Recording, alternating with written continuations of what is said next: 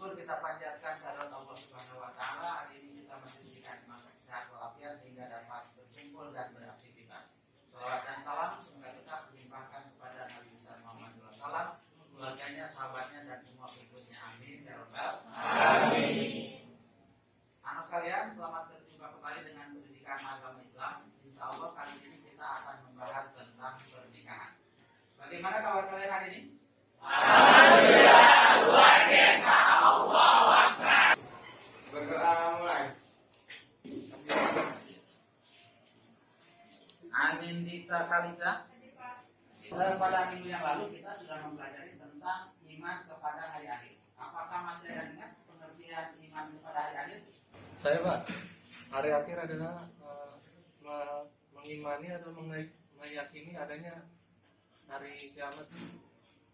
Yang pertama, manusia akan mengalami kehancuran, lalu mengalami kebangkitan, lalu dikumpulkan di padang mahsyar, lalu dihisab lama baik dan buruknya, untuk selanjutnya ke alam pemberian. Kita akan mempelajari tentang pernikahan, ya. Jadi ada 3 tujuan pembelajarannya, ya. 1, harus bisa mendefinisikan pengertiannya. Yang kedua, menganalisa hukum-hukumnya. Dan yang ketiga, menganalisa syarat dan rukunnya. Apakah sudah ada yang mengerti tentang apa itu pengertian nikah? Ya, silakan. Nikah itu secara bahasa itu berasal dari kata nakaha yang tipu nikahan yang berarti kawin. Siapa yang sudah tahu tentang rukun nikah? Ya, silakan. Rukun nikah itu harus ada wali, harus ada saksi, harus juga ada 2 mempelainya dan harus diucapkan hijab. Yang pertama pembelajarannya kita akan mengamati gambar, ya, tentang yang terkait dengan nikah. Yang kedua nanti kita akan melakukan resume atau melakukan pencarian informasi dan data, ya, melalui pengamatan video dan membaca buku-buku baik buku paket maupun yang lainnya. Yang ketiga kalian akan diskusi kelompok. Kemudian yang keempat kalian akan mempresentasikan tiap kelompok ke depan. Dan berikutnya adalah menyimpulkan. Ini alangkah baiknya kalau kita sudah persiapkan ilmunya, ya, sehingga nanti kita menyiapkan diri menjadi calon-calon istri yang baik, calon-calon suami yang baik. Begitu masuk ke rumah tangga, kalau sudah tahu ilmunya tidak mengalami kegagalan. Ada yang bisa menanggapi apa tentang berkaitan dengan gambar ini? Yaitu kawan saya itu sudah melakukan akad nikah, Pak. Nikah itu terdiri dari ada mempelai wanita, mempelai pria, 2 saksi nikah serta ada walinya. Pinter, bagus ya. Saya Pak, kira-kira syarat nikah antara mempelai wanita dan pria itu apa aja, Pak? Bagus pertanyaannya. Apa syaratnya nikah? Syarat nikah buat mempelai wanita dan pria. Ada lagi?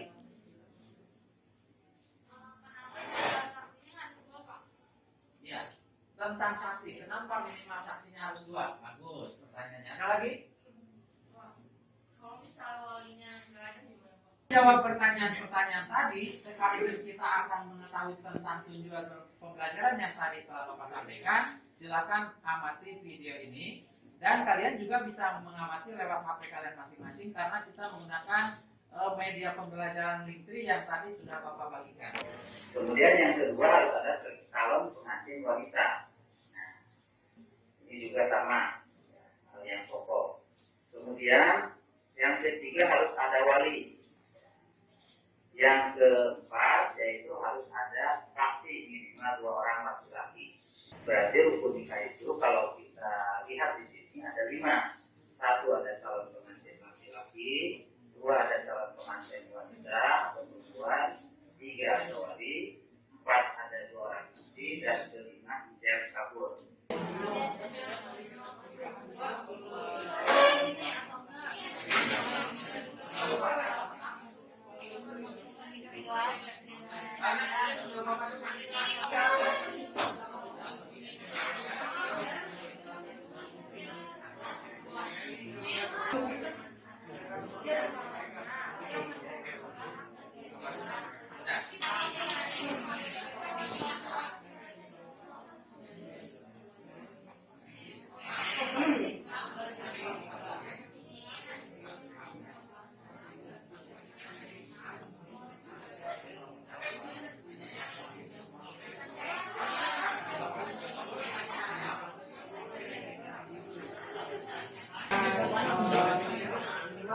laki-laki.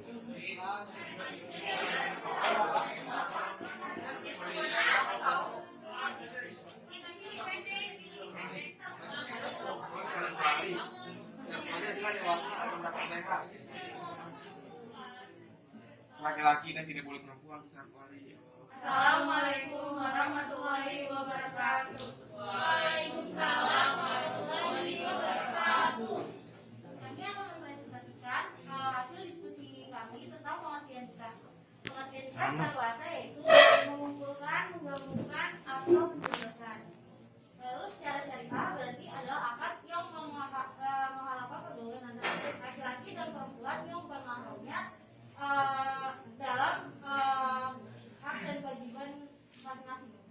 Lalu istilah pernikahan adalah ikatan yang menimbulkan akibat hukum dan hak serta kewajiban bagi suami istri.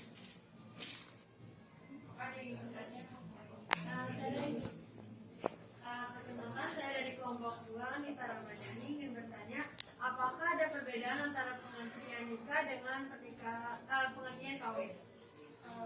Izin menjawab pertanyaan dari kelompok 2 mengenai apakah ada perbedaan antara pernikahan dan perkawinan.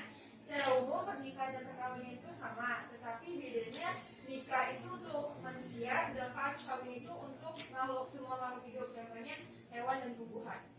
Apa bedanya hukum nikah sunnah dengan hukum nikah wajib? Kalau sunnah itu dia sudah siap menikah, tetapi dia menahan diri untuk mendekati perzinahan, serta dia mampu menahan diri dan menahan nafsu.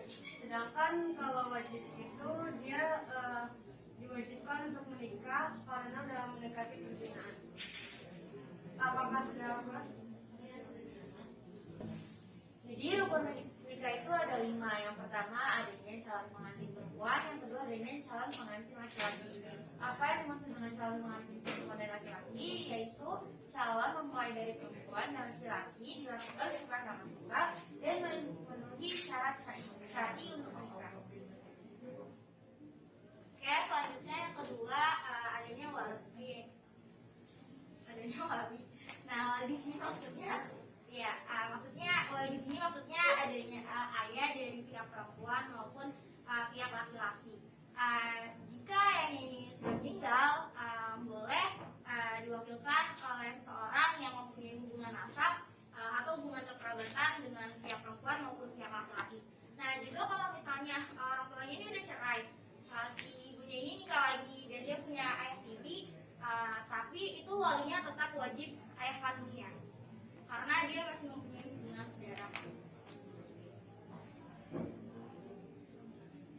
Lalu selanjutnya ada dihadirinya 2 orang saksi laki-laki yang adil untuk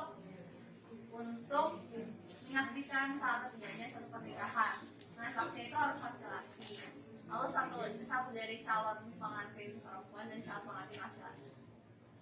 Nah, yang terakhir itu adanya ijab kabul. Ijab itu diucapkan oleh dari pihak mempelai wanita dan kabul itu diucapkan dari pengantin laki-laki atau yang mau pilihnya. Yang besar ingin bertanya bagaimana kalau salah satu dari rukun itu tidak ada. Misalnya kayak saksinya itu hanya satu, itu sah atau tidak? Terima kasih untuk pertanyaannya. Saya ingin menjawab. Jadi jawabannya itu tidak sah karena untuk menjalani suatu pernikahan itu harus memenuhi semua rukun pernikahan tersebut agar menjadi sah. Syarat-syarat calon pengantin laki-laki yang pertama yaitu Islam, balik, berakal sehat, dan orang yang diridhoi oleh kedua pihak mempelai. Lalu selanjutnya dia juga harus sudah pernah bermimpi jima atau mimpi basah dan dia bukan muhrim dari calon istrinya, yang berarti dia tidak saudara atau sekandung oleh calon istrinya. Lalu memiliki identitas yang jelas atau benar-benar dia mampu secara ekonomi, bertanggung jawab, juga tidak sedang beristri lebih dari 3 dan tidak sedang ihram haji atau umrah. Syarat calon pengantin perempuan adalah yang pertama ada Islam, lalu yang kedua ada balik.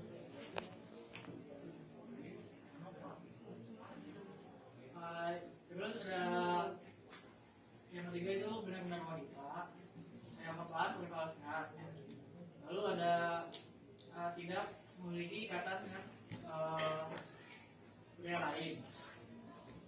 bukan mahram dari calon suami dan tidak dalam masa idah. Saya Muhammad Abdul Hafiz dari kelompok 6 ingin bertanya, apa yang dimaksud dengan masa idah? Saya izin menjawab. Masa idah itu adalah masa senja yang diberikan untuk setelah terjadinya perpisahan, mau ketika terjadi perceraian dan atau ditinggal kematian. Kalau perceraian itu masa idahnya selama 90 hari. Nah, kalau ditinggal meninggal itu selama 130 hari. Terima kasih. Apakah sudah puas dengan jawabannya? Alhamdulillah sudah. Terima kasih ya. Syarat wali ada 8. 1. Dewasa dan berakal sehat, artinya orang gila atau anak kecil tidak berhak menjadi wali. 2. Laki-laki, perempuan tidak boleh menjadi wali. Yang ketiga, harus muslim. Tidak sah orang yang tidak beragama muslim untuk menjadi wali muslim. Yang keempat, menikah. Yang kelima, tidak berada dalam pengampunan atau menghajar alaih. Yang keenam, berpikiran baik. Yang ketujuh adil. Terus yang kedelapan tidak sedang haji atau umroh. Dari kelompok 7 ingin menanyakan siapakah wali yang lebih berhak menikahkan? Izin menjawab dari saudara Andi. Yang berhak menjadi wali yang pertama ayah, terus kalau nggak ada kakek, lalu saudara laki-laki, habis itu paman, setelah itu anaknya paman. Syarat-syarat saksi imam. Yang pertama, berakal sehat. Yang kedua, beragama Islam. Yang ketiga, balik. Yang keempat, laki-laki. Yang kelima, dapat melihat, mendengar, dan berbicara. Keenam, memahami isi ijab kabul. Ketujuh, merdeka. Ke-8, hadir. Lalu siapakah wali yang berhak untuk menikahkan? Yang pertama ada ayah atau kakek, ayah dan Kenapa saksi harus mampu melihat, mendengar, dan berbicara saat pelaksanaan pernikahan? Ya, jadi jawabannya itu mendengar biar bisa mendengar ijab kabul yang sedang berlangsung, melihat biar bisa melihat prosesi ijab kabul yang sedang berlangsung, sama berbicara agar bisa bilang sah kepada prosesi ijab kabul yang sedang berlangsung juga. Itu perkataan dari mempelai laki-laki atau wakilnya ketika pernikahan. Nah, syarat-syarat dari ijab kabul tersebut yang pertama yaitu tidak tergantung dengan syarat lain, kedua tidak terikat dengan waktu tertentu, ketiga boleh dengan bahasa asing. Lalu ada yang keempat dengan menggunakan kata tajwid. Jadi atau nikah tidak boleh dalam bentuk nikawa, kinayah atau sindiran karena membutuhkan karena kinayah membutuhkan niat, sedangkan yang itu berbentuk abstrak. Lalu yang kelima, kabul harus dengan ucapan qabilatul nikah dan boleh didahulukan dengan ijab. Kenapa ijab dan kabul harus nyambung atau tidak jeda waktu? Terima kasih. Jadi itu sebagai bukti bahwa mempelai pria bersungguh-sungguh ingin menikahi sang mempelai wanita.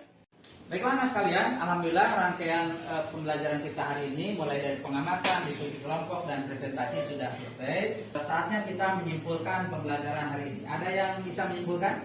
Saya Pak. Ya, silakan. Oke, dari pembelajaran hari ini kita dapat menyimpulkan bahwa nikah menurut bahasa berasal dari kata nakaha, yankihu, dan nikahan, yang artinya menggabungkan atau menghimpun. Sedangkan menurut istilahnya, nikah berarti ikatan suami istri yang sah yang menimbulkan akibat hukum serta kewajiban bagi suami istri. Adapun terkait dengan hukum nikah, yang pertama ada mubah, sunnah, wajib, makruh, dan haram. Dan rukun nikah ada 5, yaitu pengantin laki-laki, adanya pengantin perempuan, kemudian adanya wali, adanya 2 orang saksi, serta ijab kabul. Selanjutnya dari kelima rukun tersebut ada syarat-syarat tertentu di dalamnya. Demikian kesimpulan dari saya. Ya, baik, bagus sekali kesimpulannya. Ya sekalian, saatnya kita melakukan tes akhir di pembelajaran kita, yaitu dengan menggunakan media kuisis. Silakan kalian semuanya sudah masuk dan silakan semuanya mengerjakan ya. Baik, kerjakan dengan jujur ya.